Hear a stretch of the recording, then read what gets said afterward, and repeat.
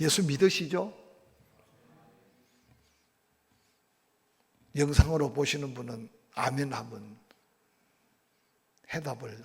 하답을 써보시기 바랍니다. 예수 믿는다는 건 내 입으로 고백뿐만 아니라 사실 하나님이 나를 만나 주셨고 불러주셨고 택하여 주셨음이 전제되어 있다는 것을 사도 바울의 고백을 통해 살펴볼 수 있습니다. 그래서 먼저 하나님이 나를 창조 전에 택했다고 바울은 말하고 거룩하게 구별하셨고 그리고 부르셨고 부르시기만 한 게 아니라 우리를 의롭게 하시고 그러고는 성령을 우리 안에 선물로 주셔서 너는 내 거다 인치시고 그 성령의 감동하심으로 하나님을 하나님으로 예수 그리스도가 나의 지난주일 설교대로 주님이십니다. 구원자이십니다. 그 예수님이 바로 하나님의 아들이십니다. 믿음의 고백을 하게 하시는 분이 성령님이시고 그래서 그 성령님의 충만함을 받는 그 순간 우리 삶에는 크고 작은 엄청난 체험들이 은혜라고 하는 단어로 쌓여가게 되는 겁니다. 은혜가 더해지면 더해질수록 우리의 삶은 놀라운 변화를 가져오게 되고 믿음은 그 은혜를 먹고 더욱더 큰 믿음, 담대한 믿음으로 하나님 앞에 서게 되는 것을 우리는 깨닫게 됩니다. 특별히 그런 은혜를 받아 믿음이 더해질 때 하나님은 우리를 부르신 그 목적대로 우리에게 사명을 주십니다. 그래서 은혜를 받고 믿음이 더해지면 어느 날 나를 위해서 사는 사람들이 그리스도를 위하여.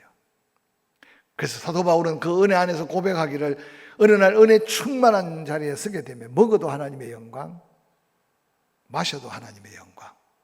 할렐루야.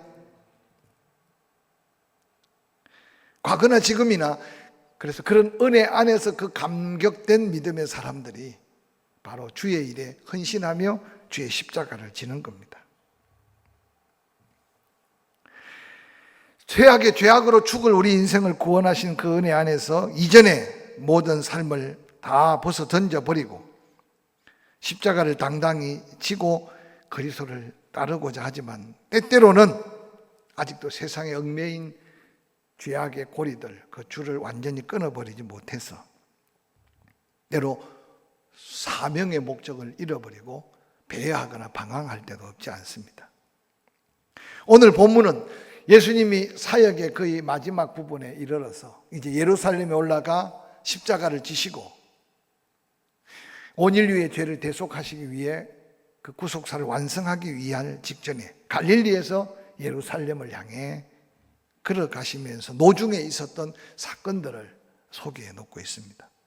오늘 본문에 등장하는 주인공들은 제자들과 또 이름 없는 세 부류의 사람들이 소개되고 있습니다.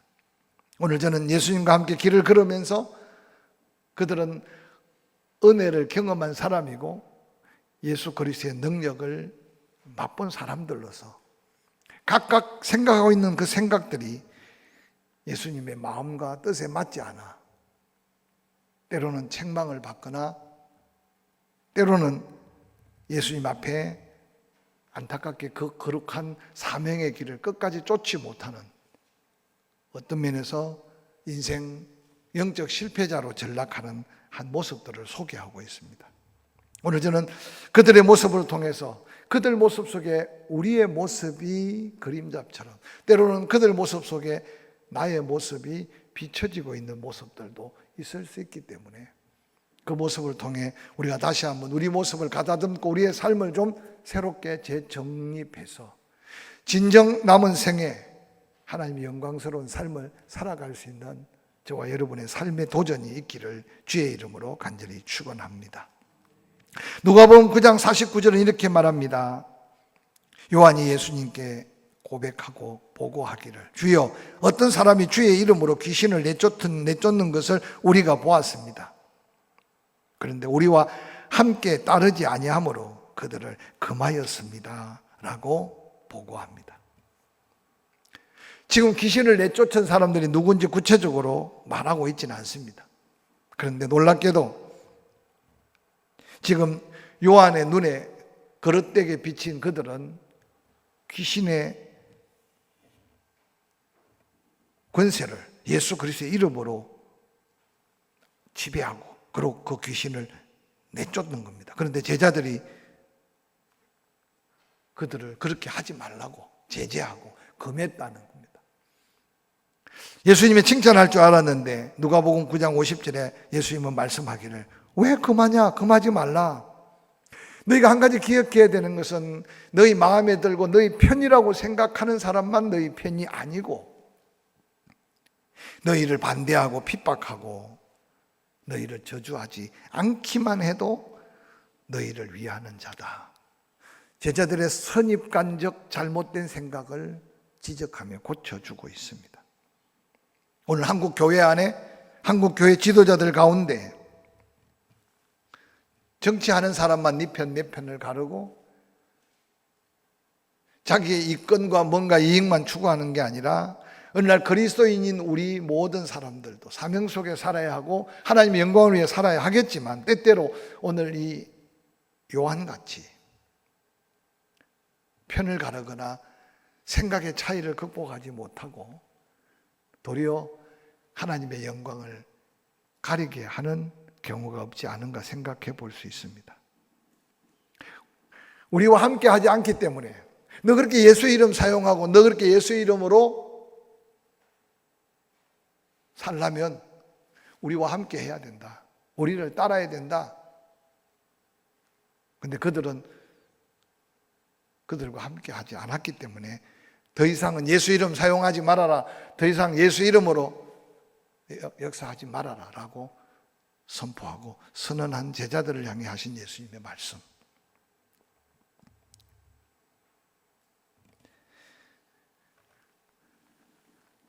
어리석은 그들은 예수 그리스도의 이름으로 하는 일과 그 이름을 통해서 어떤 잘못될 것을 염려했지만 그 모든 것은 다 예수 그리스도께서 친히 결정하고 결단하고 판단하실 것이다.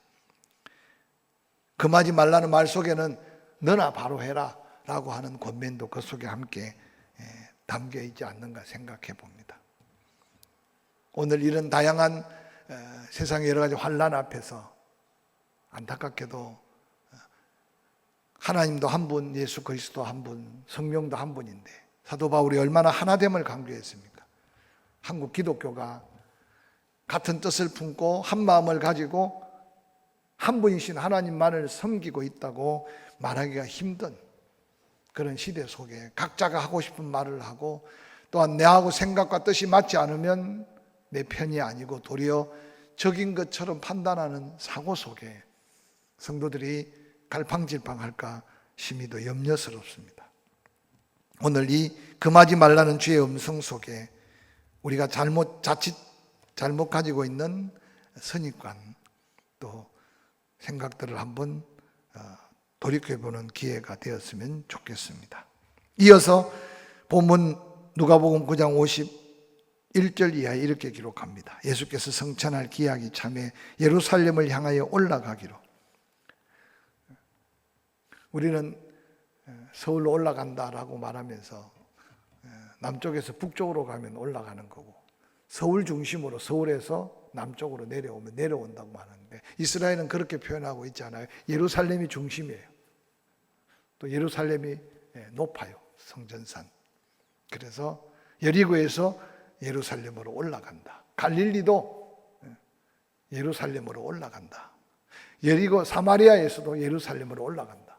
예루살렘이 중심이고 예루살렘이 높아요. 예수님은 지금 예루살렘을 향하여 올라가기로 이제 결정하셨어요.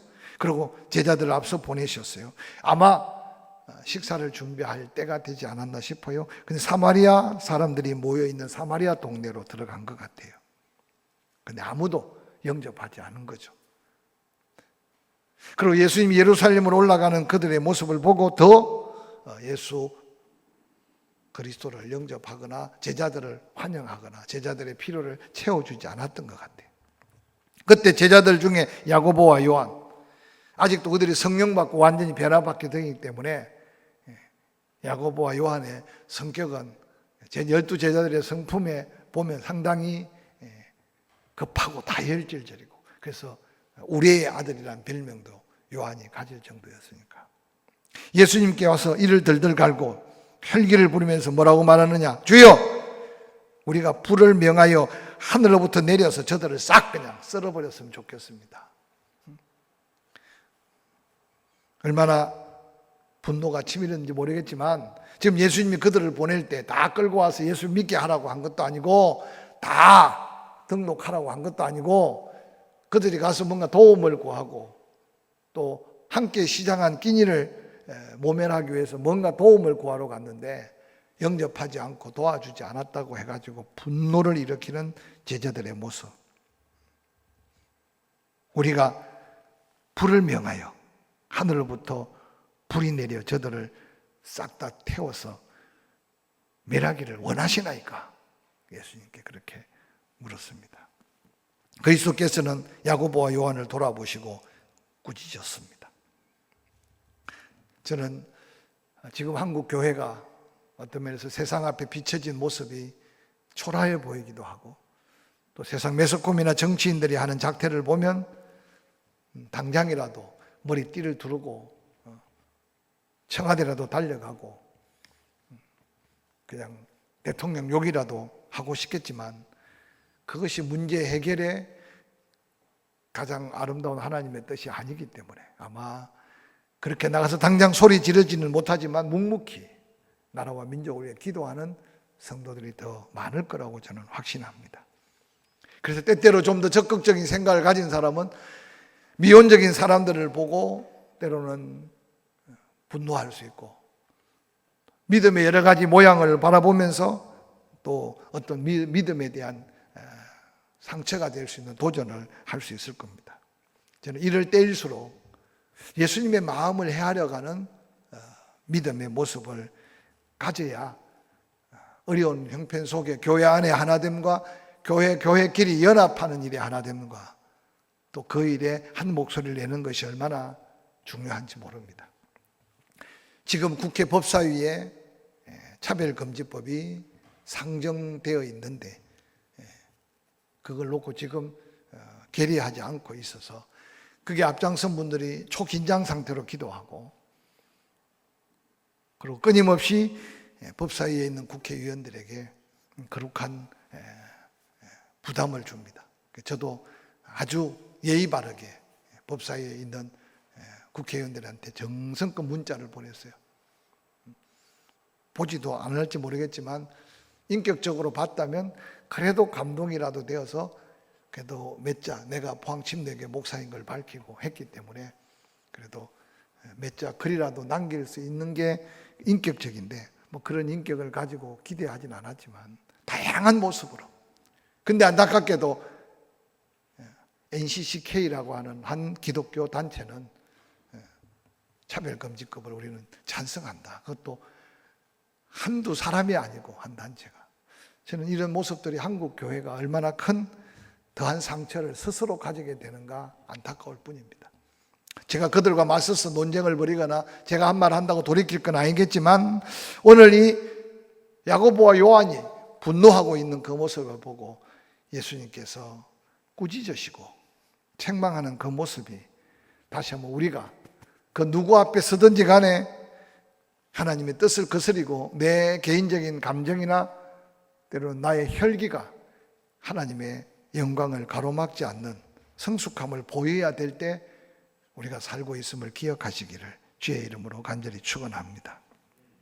예수님은 당장이라도 불을 내어 저들을 썰어버릴까 하는 그 마을을 그냥 조용히 떠나십니다.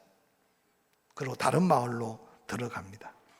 그때 누가복음 9장 57절에 보니까 길 가실 때 어떤 사람이 여짜오되 어디로 가시든지 나는 주님을 따르겠습니다. 지금 주님은 제자들이 좀 못마땅하고 그들의 말하는 것 하나하나 생각하는 것 하나하나 아쉬운데 그 길을 함께 걷던 어떤 사람 이름도 없어요. 어디를 가시든지 나는 예수님을 따르겠습니다. 얼마나 쇼킹한 고백입니까? 그런데 예수님은 다른 대답을 합니다. 예수께서 이르시되 여우도 굴이 있고 공중에 새도 집이 있으되 인자는 머리 둘 곳이 없도다 하시니라. 무슨 말이겠어요? 지금 분위기 속에 인기적인 발언일 수도 있고 아무 생각 없이 순간 감동으로 어디를 가든지 나 주님 끝까지 따르겠습니다 라고 말했는데 주님은 그 사람의 중심을 보신 거예요. 예루살렘을 올라가는 예수님, 소문에 듣자 하니까 예루살렘에 혹이라도 왕이라도 될까 하는 어떤 기대 심리도 없지 않아 있었을 겁니다. 그는 예수님만 따르게 되면 모든 일이 다 술술술 풀릴 걸로 생각한 생각도 갖고 있지 않았나 생각해 봅니다. 그런데 예수님을 따르는 일이 즐거운 일, 기쁨이 충만한 길, 축복만 있는 길이 아니고 예수님 말씀하시기를 머리 둘 곳이 없는 힘들고 외롭고 사명 없이는 갈 수 없는 길인 것을 재고지시키면서 오늘 코로나19를 통해 흔들어 놓은 우리의 영적 상황 속에 저는 한국교회를 깨우시는 하나님의 섭리, 한국교회를 다시 살리시는 하나님의 역사가 있기를 기도하고 있는 목사 중에 하나예요. 정말 우리가 생명을 다해 예배를 지켜야 될 사명은 어디서 올까요? 갑자기 불어닥치는 총칼 앞에 한순간 우리의 믿음으로 당당히 설 수 있겠습니까? 저는 이런 여러 가지 상황이 끊임없이 들려오는 메시지를 통해 다시 우리의 영적인 모습을 점검해 가면서 환난이나 핍박이나 어떤 고난이 오더라도 끝까지 따를 믿음 가지고 머리 둘 것 없는 예수를 쫓을 수 있는 저와 여러분의 믿음의 결단이 있는 믿음 가지고 주님 앞에 설 수 있기를 주의 이름으로 간절히 축원합니다.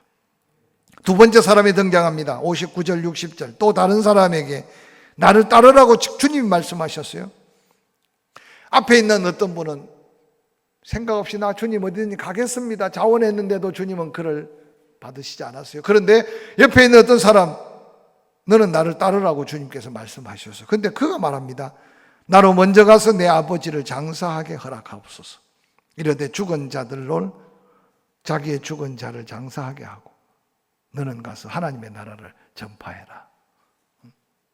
자기에게 주어진 놀라운 구원의 감격, 사명이 있는데도 그 사명을 깨닫지 못하고 우유부단하게 그저 무리 속에 섞여 있었는데 예수님은 그를 향해 너 사명이 있어. 너 복음 전할 사명이 있어. 너는 나를 따라야 돼. 그런데 그는 말합니다. 내 아버지가 지금 돌아가셨는데 장사 지내고 가면 안 되겠습니까? 오늘 예수님이 먼저 부르셨고 오늘 예수님이 먼저 은사 주셨고 능력 주셨는데도 이 핑계 저 핑계 대면서 아버지 장사 타령하고 있는 그리스도인들 때문에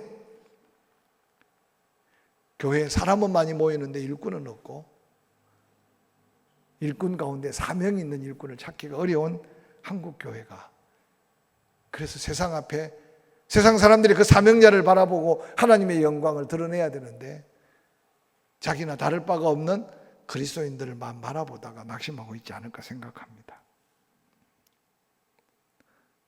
따르고자 하는 자는 머리 둘 곳이 없다고 막으셨지만 따르라고 하는 자는 지금 따를 수 없어요. 신약 성경 마태복음 4장 18절 22절은 이렇게 기록하고 있어요. 예수 그리스도를 먼저 만났던 베드로, 야고보, 요한에 대한 이야기예요. 갈릴리 해변에 두루 다니시다 두 형제 곧 베드로라는 시몬과 그의 형제 안드레가 바다에서 그물을 던지는 것을 보시니 그들은 어부라 말씀하시되 나를 따르라 내가 너희를 사람 낚는 어부되게 하리라 하니 그들이 곧 그물을 버려두고 예수를 따르니라. 오늘 예수 곁에 있는 제자들은 우여곡절 많은 사건은 있었으나 오늘 본문을 기록한 마태복음 4장에 보니까 나를 따르라니 그들이 즉시 예수님을 따랐어요. 그런데 오늘 따라야 할 사명이 있는 그를 향해 따르라고 할 때 장사 지내야 한다는 우선순위가 바뀌어 있어요. 예수님은 더 구체적으로 죽은 자들로 자기의 죽은 자들을 장사하게 하고 너는 가서 하나님의 나라를 전파해라. 예수 안 믿는 사람 살아있으나 죽은 자고 지금 죽어있는 그들로 장사 지내게 하고 너는 사명을 따라 살아야 된다라고 말합니다. 저는 이 말씀이 오늘 한국 교회에 향한 하나님의 음성이라면 여러분은 그저 죽은 자들로 죽을 일에 마여 사느냐 아니면 복음을 전파해야 될 사명이 있는 자리에 있는 사명자냐 한번 다시 돌아보시길 바랍니다. 예수 그리스도께서 부모 공경에 대해서도 말씀하셨어요. 복음을 전하는 일에 부모를 공경하는, 장사 지내는 일이 장애가 되거나 거침돌이 되어서는 안 된다는 거죠. 복음 전하는 일에는 그 어떤 다른 우선순위가 앞설 수 없다는 이 말씀 앞에 우선순위에 잘못된 생각으로 있는 사명자를 향해 도전하는 말씀입니다. 마지막으로 누가복음 9장 61절, 또 다른 사람이 등장합니다. 주여 내가 주를 따르겠나이다마는 나로 먼저 내 가족을, 죽은 자는 죽은 자로 장세 치는 건 이해됩니다. 그런데 살아있는 내 가족이 있는데 내가 주님을 따르겠습니다마는 먼저 나로 내 가족을 작별하게 허락하소서. 예수께서 이르시되 손에 쟁기를 잡고 뒤를 돌아보는 자는 하나님의 나라에 합당하지 아니하니라. 오늘 등장하는 이 세 무리 중에 마지막에 이 무리 보십시오. 주를 따르게 하는 결단도 했어요. 그런데 가족과 작별하게 해달라. 근데 예수님 말씀에, 우리 예수님 인정머리 없어 그러겠어요? 잠깐 인사하고 오면 되는데, 그런데 예수님 말씀합니다. 쟁기를 손에 잡은 자, 뒤를 돌아보는 자는 하나님 나라에 합당치 않다. 여러분은 지금 쟁기를 잡고 있는 사명이 없다고 생각하니까 편하겠지만, 이 쟁기를 잡은 사명자로 한번 상상해 보십시오. 내가 잡아야 될 쟁기는 뭔지, 근데 뒤돌아보고 좌우로 살피고 끊임없이 염려, 근심, 걱정 속에 헤매고 있지 않는지.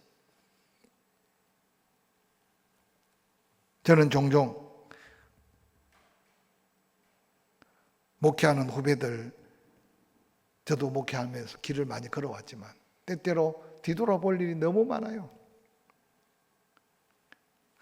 예수님이 제자들에게 한 말씀 한번 들어보실래요? 마태복음 10장 37절, 아버지나 어머니를 나보다 더 사랑하는 자는 내게 합당치 아니하고 아들이나 딸을 나보다 더 사랑하는 자도 내게 합당하지 아니하며 또 자기 십자가를 지고 나를 따르지 않는 자도 내게 합당하지 아니하니라.